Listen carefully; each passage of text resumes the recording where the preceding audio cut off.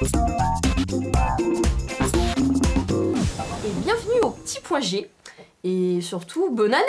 Parce que nous sommes en 2015, figurez-vous! Bonne année les meufs! Et nous allons commencer cette année avec Floriane. Hello. Qui va vous expliquer plein de choses sur les tissus, comment faire plein de trucs sympas. Customisation. Voilà. Petite surprise, nous allons rejoindre le Japon avec une autre Julie. Pas elle. Flo, qu'est-ce que tu nous as préparé pour cette nouvelle année? Alors, pour cette nouvelle année, je vous propose une petite customisation simple et rapide à faire. Un petit sac geek. Yes. Voilà. Ok. Alors, comment on fait ça? Alors, une petite liste de matériel déjà. Un motif geek. Alors moi, j'ai choisi Yoda, hein, forcément. Tu me donnes Ça, ça? je te donne. Ouais. C'est un pochoir en fait que vous pouvez trouver sur internet. On trouve souvent pour les citrouilles des motifs. Voilà. Moi, j'ai pris Yoda. D'accord. Choix tout à fait personnel. Ensuite, il vous faut une feuille de rhodoïde. C'est un plastique un peu transparent et rigide. Voilà. Si vous aviez un doute sur le côté transparent, vous avez Isabelle à travers le motif de Yoda. Isabelle, à travers. Il vous faut de la peinture acrylique, des pinceaux, cutter, scotch pour fixer évidemment, et l'objet très important, le sac. S'il te plaît. Voici le sac. Le sac, voilà. Voilà le résultat final. Alors, comment on fait, Flo, avec tout ça? Alors, vous prenez votre feuille imprimée. Jusque-là, ça va. Jusque-là, tout va bien. Vous installez donc votre rhodoïde dessus. Voilà. Vous le fixez avec du scotch pour pas qu'il bouge. Merci. Une fois que vous l'avez fixé, vous le recopiez, votre motif, avec le marqueur. Comme tu fais ça bien. Des années d'expérience de mime. C'est ça, des années d'expérience.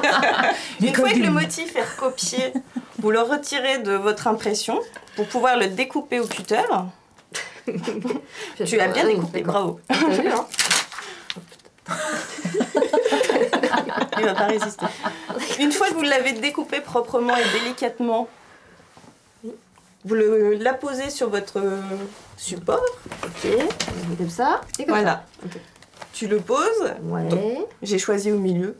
Ensuite, il faut le coller donc toujours avec notre ami le scotch pour bien le fixer. Et une fois que votre motif est bien posé, il faut tamponner avec la peinture. Non, pas comme doucement, Délicatement. délicatement. Tamponne. Une fois que vous avez terminé votre couche de peinture, il faut retirer doucement le rhodoïde. Sinon, ça bave.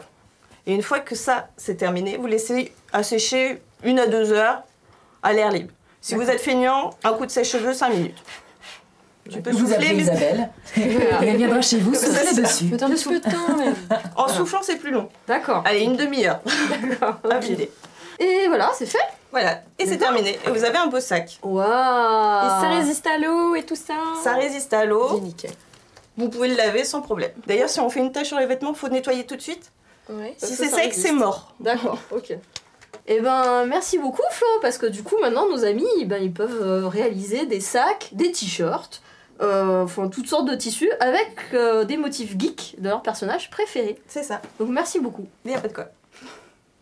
Et maintenant, nous allons retrouver Julie. Alors, pas toi, Julie, figure-toi, on a une autre Julie qui est en direct du Japon.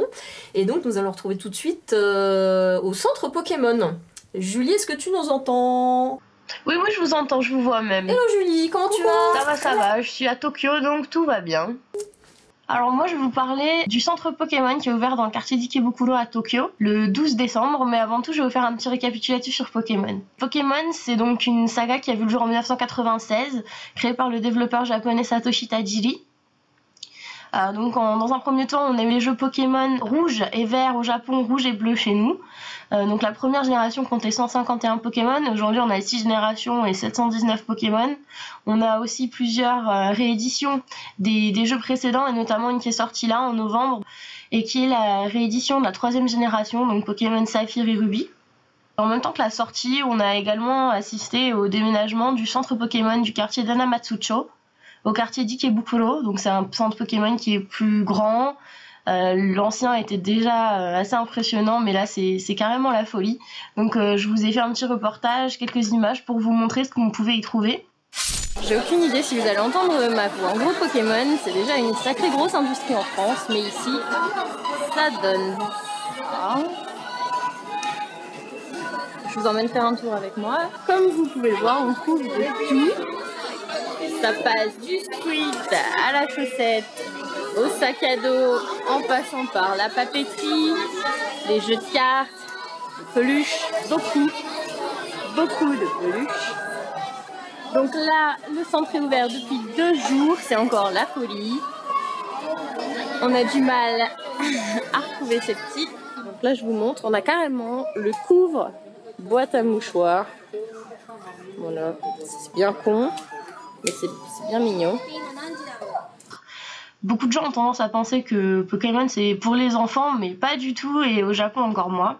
Et justement dans la vidéo, vous pouvez voir qu'il y a pas mal de gens avec leur DS, et c'est des joueurs qui viennent pour échanger des Pokémon ou pour rencontrer d'autres joueurs, et aussi pour récupérer. Donc en ce moment on a des Pokémon Event. On a Dracofeu et Pikachu Shiny, et donc voilà, vous pouvez voir que les joueurs sont rarement des enfants. Donc voilà, j'espère que le reportage vous plaira et que ça vous donnera envie de visiter le centre Pokémon si vous en avez l'occasion. Et ben merci beaucoup Julie de nous avoir fait visiter ce nouveau centre, et j'espère que les filles, si jamais vous allez au Japon, vous allez la rejoindre là-bas, visiter ce centre. Bien sûr. Pour aller tourner là-bas la prochaine émission. Et puis vous aussi évidemment, hein, si vous allez là-bas, faites un petit tour au centre Pokémon. Et nous arrivons déjà à la conclusion de cette émission. Oh non! Mais non, mais je vous ai dit déjà 10 000 fois, ne faites pas bouh. Parce que pourquoi? Pourquoi, hein? Parce qu'on va se retrouver, figurez-vous. Oui! On se retrouve à la prochaine émission avec Julie. Là, la vraie. La bonne. Oui, La vraie. Pas celle qui est ici. C'était la fausse. En fait. C'est ça. C'est mon clone. Tu ne savais pas. Et Myrtille. Elles ont plein de surprises toutes les deux à vous révéler. Donc à bientôt, j'espère. Salut! Bye.